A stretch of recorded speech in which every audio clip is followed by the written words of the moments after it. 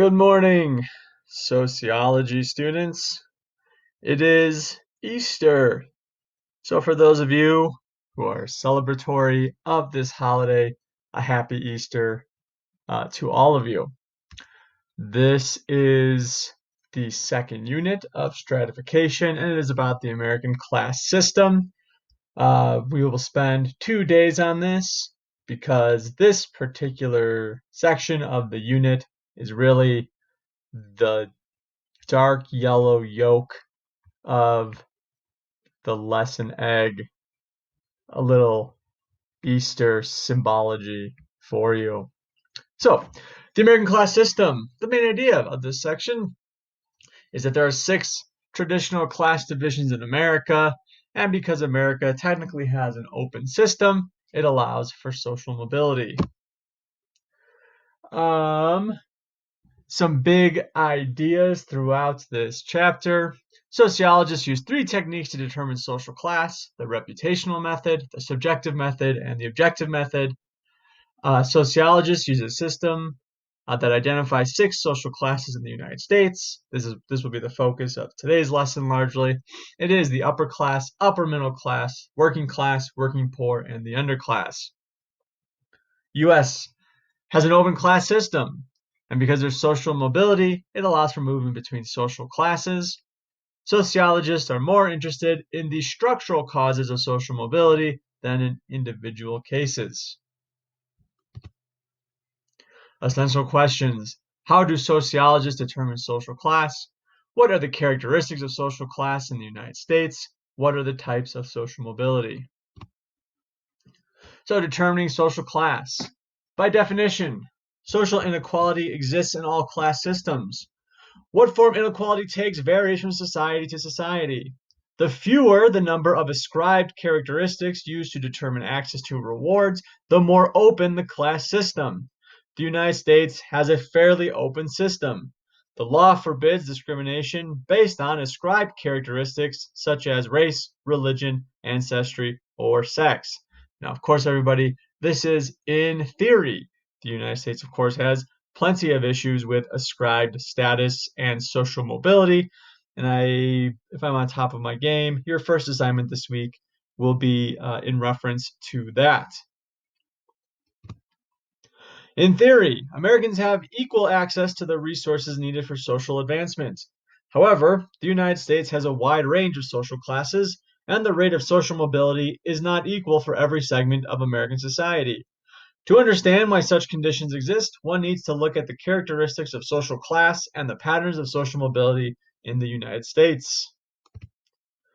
Sociologists do not agree on the number of class divisions that exist in the United States. Most sociologists use a 6-class system.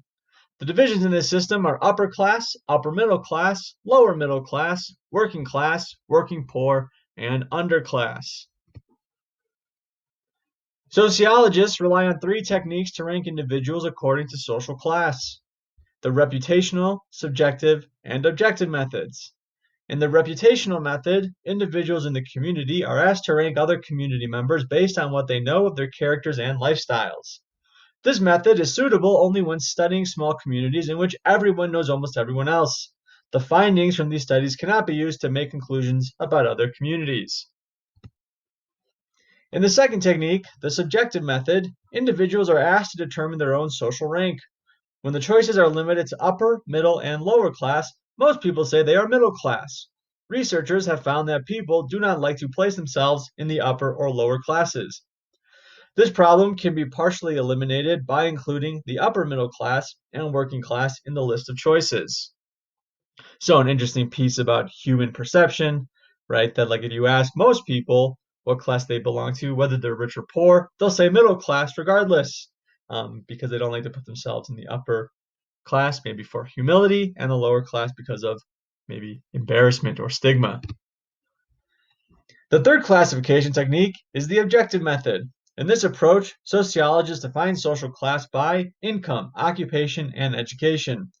The statistical basis of this method makes it the least biased. However, it is not without its shortcomings. This technique's major problem involved the selection and measurement of social factors. Each combination of factors produces a slightly different picture of social class membership. One quick example I can think of is, let's say you have an income bracket of $500,000. Well, if you make $500,000 in a more rural area, you are going to be far higher in the social class system than someone who makes $500,000 in a place like Los Angeles. And so determining um, the social factors and how to measure them is a tricky piece that sociologists have to wrestle with. Social classes in the United States. Regardless of the method used to identify class membership, sociologists generally agree on the basic characteristics of the American social class system. Many of them also agree on the relative distribution of the population within the system. Estimates suggest that about 1% of the population of the United States belongs to the upper class. We are the 99%. Another 14% of Americans are part of the upper middle class, while about 30% belong to the lower middle class. Another 30% comprise the working class category. Another 22% of Americans are members of the working poor, and 3% are members of the underclass. However, recent figures suggest that the underclass may be shrinking. One major difference between the classes is income. Classes also differ in terms of lifestyle and beliefs.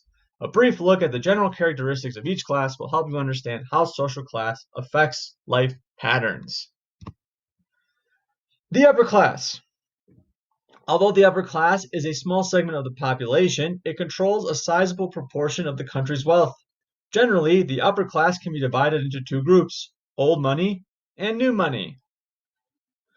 America's old money includes such families as the Rockefellers, Vanderbilts, and Kennedys. The term old money refers to the fact that these families have been wealthy for generations. Much of their wealth comes from inheritance. Yet, in terms of social rank, the family name and the accomplishments of previous generations are as important as the size of the family fortune. Members of this class are born into an atmosphere of wealth and power. They are able to attend prestigious schools, eat at the best restaurants, and vacation at the most exclusive resorts. Most have some of the world's richest and most famous people among their friends. The term new money refers to the newly rich. They generally have acquired wealth through their own efforts rather than through inheritance. New money is less prestigious than old money. Some of those with old money look down on the newly rich for their conspicuous consumption. This term was coined by economist Thorstein Veblen in 1899 to describe the purchase of goods for the status they bring rather than for their usefulness. Not surprisingly, membership in the upper class sometimes carries with it great power and influence. Members often fill top positions in government and private enterprise. Frequently, upper class members also use their wealth to support charities. This is what I already went through. Here you go. Take a look for your notes if you are taking such notes. The upper middle class. Members of the upper middle class are primarily high-income business people and professionals such as doctors and lawyers. Most have a college education, and many have advanced degrees. Their money buys them large houses, expensive cars, yearly vacations, a college education for their children, and many added luxuries.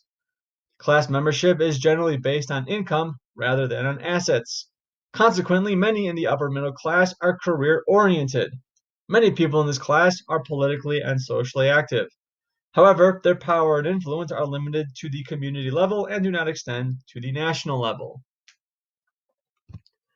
The lower middle class.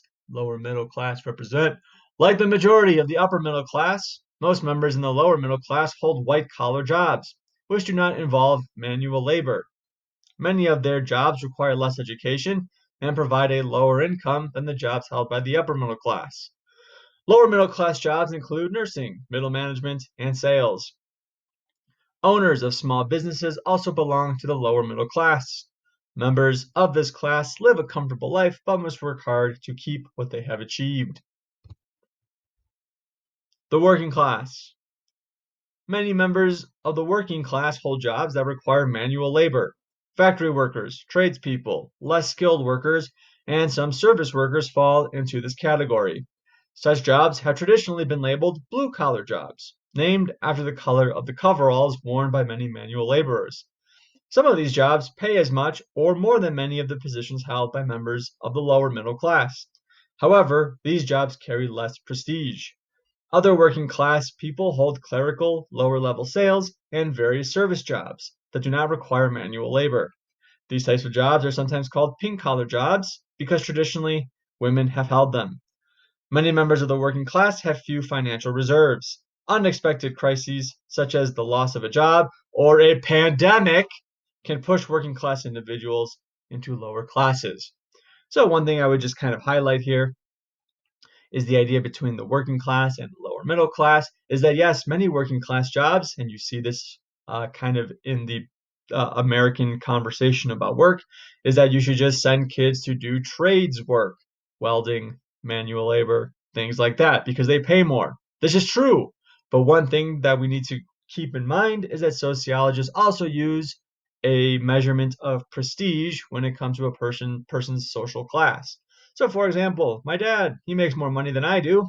He fixes garbage trucks, which again, fine work, pays better than it pays me. However, in our society, the prestige of a person who fixes garbage trucks is just not there. And so he could consider him part of the working class. It's not just an income idea. The working poor. Members of the working poor work at the lowest paying jobs. These jobs are often temporary or seasonal, such as house cleaning, migrant farm work, and day laboring. Even though the working poor work hard, they rarely make a living wage. Many depend on government support programs. Most are high school dropouts, and because of their lack of education, their future prospects are often bleak. Most are not involved politically. They believe their situation will remain the same regardless of who is in power. The underclass. Families that have experienced unemployment and poverty over several generations are considered part of the underclass. Some members of the underclass do work, but usually, I lost my train of thought.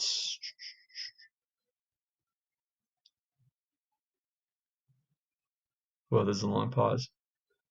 Only some members of the underclass do work, but usually only at undesirable, low-paying jobs. Their chief source of income is often public assistance.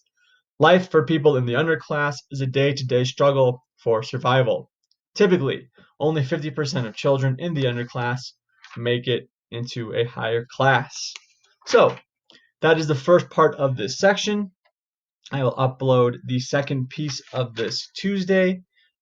It's a little bit more vocabulary oriented, but today we have reviewed the 6 classes that sociologists generally use to discuss the American social structure. Again, happy Easter to you all. I wish we were in school, and I miss seeing your faces. Have a good one. Let's have a good week.